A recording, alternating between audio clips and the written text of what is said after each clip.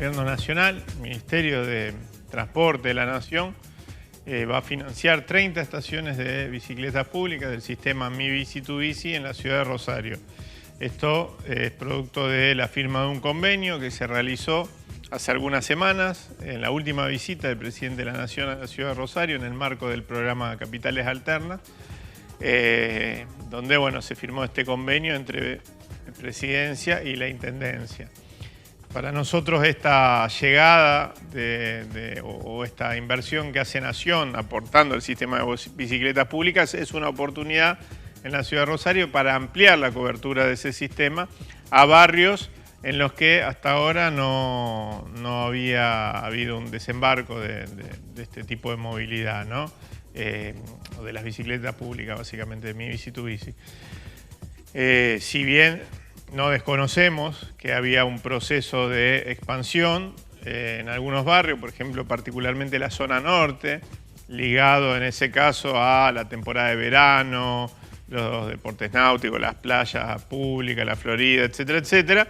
Entendemos que sería importante poder avanzar en otros corredores, el corredor sur, el oeste, el noroeste, con barrios tan populosos como Empalme, por ejemplo, y ligarlo también a la actividad de los centros comerciales, tan importante en estos momentos de pandemia y sobre todo cuando vamos entrando a una etapa nuevamente de, podríamos llamarla de fase 1, donde, bueno, gran parte de los rosarinos y las rosarinas nos vamos a mover en los alrededores de nuestro barrio, ¿no?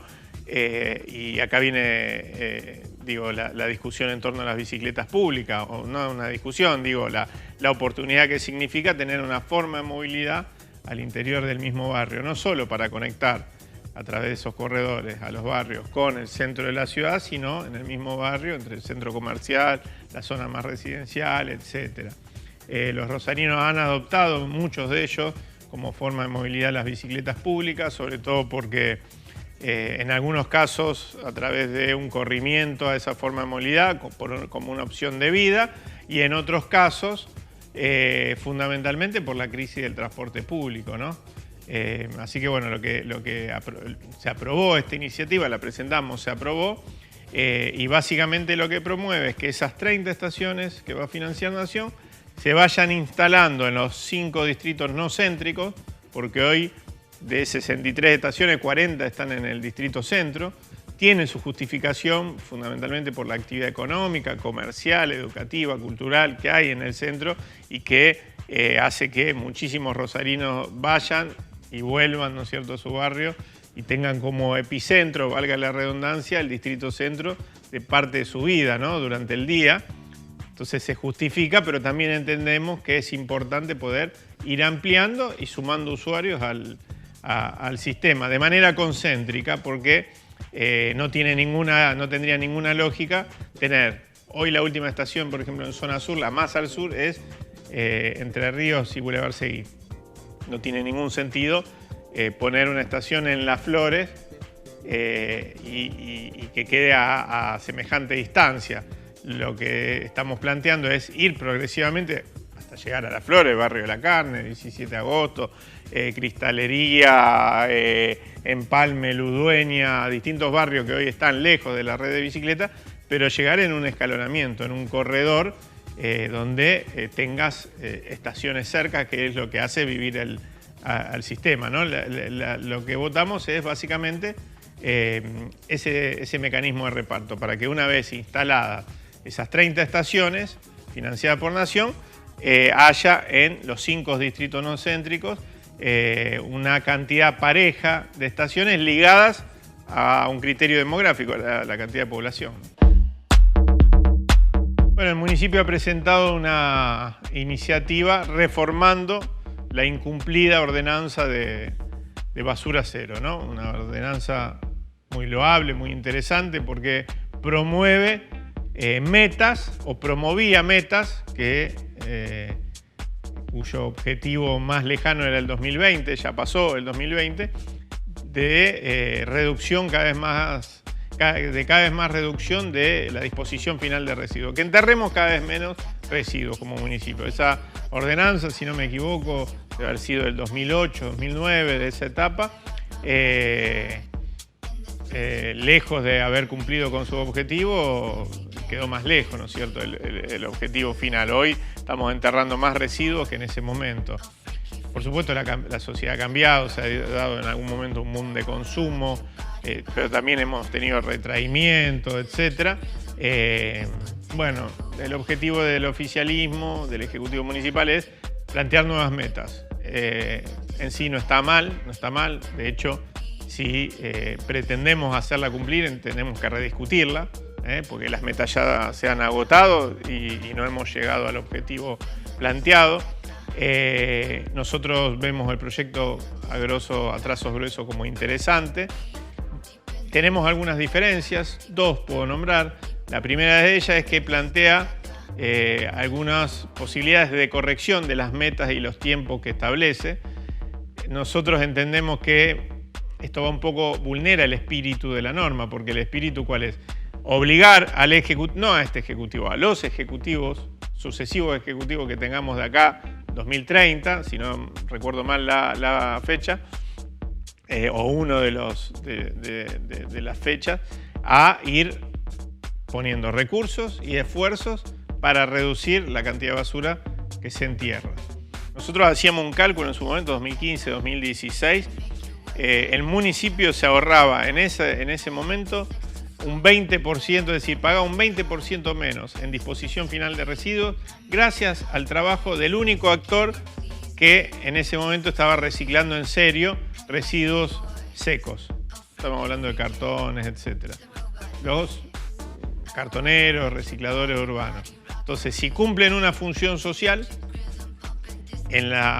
muchas veces en la más extrema de las marginalidades, nosotros creemos que hay que pensar seriamente en un rol dentro del sistema de estos actores. ¿En las mismas condiciones? Por supuesto que no. En condiciones de dignidad, en condiciones de incorporación formal a un esquema de trabajo, como se han hecho en otras ciudades del país, industrializando, por ponerle una categoría, el trabajo que hacen, pero no desconociéndolo. Porque si no, lo que estamos haciendo es teniendo un actor invisible que realiza una tarea, que cobra 20 veces menos que el sistema formal, ¿no es cierto?, por hacer mucho más, digo, en términos de reciclado.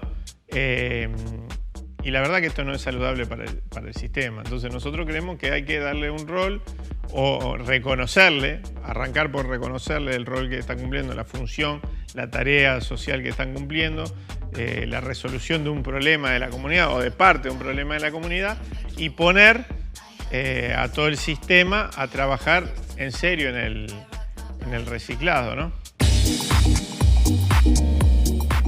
El relevamiento federal educativo es, como su nombre lo indica, una encuesta, un relevamiento que se está haciendo en todo el país, impulsado por los movimientos sociales, el movimiento Evita, del que formo parte, Barrios de Pie, Somos, la CCC, básicamente con un objetivo, que es el de tener información de primera mano sobre el efecto de la pandemia en el sistema educativo, el efecto de la pandemia en los niños, niñas, adolescentes de los barrios populares de Rosario y de todo el país.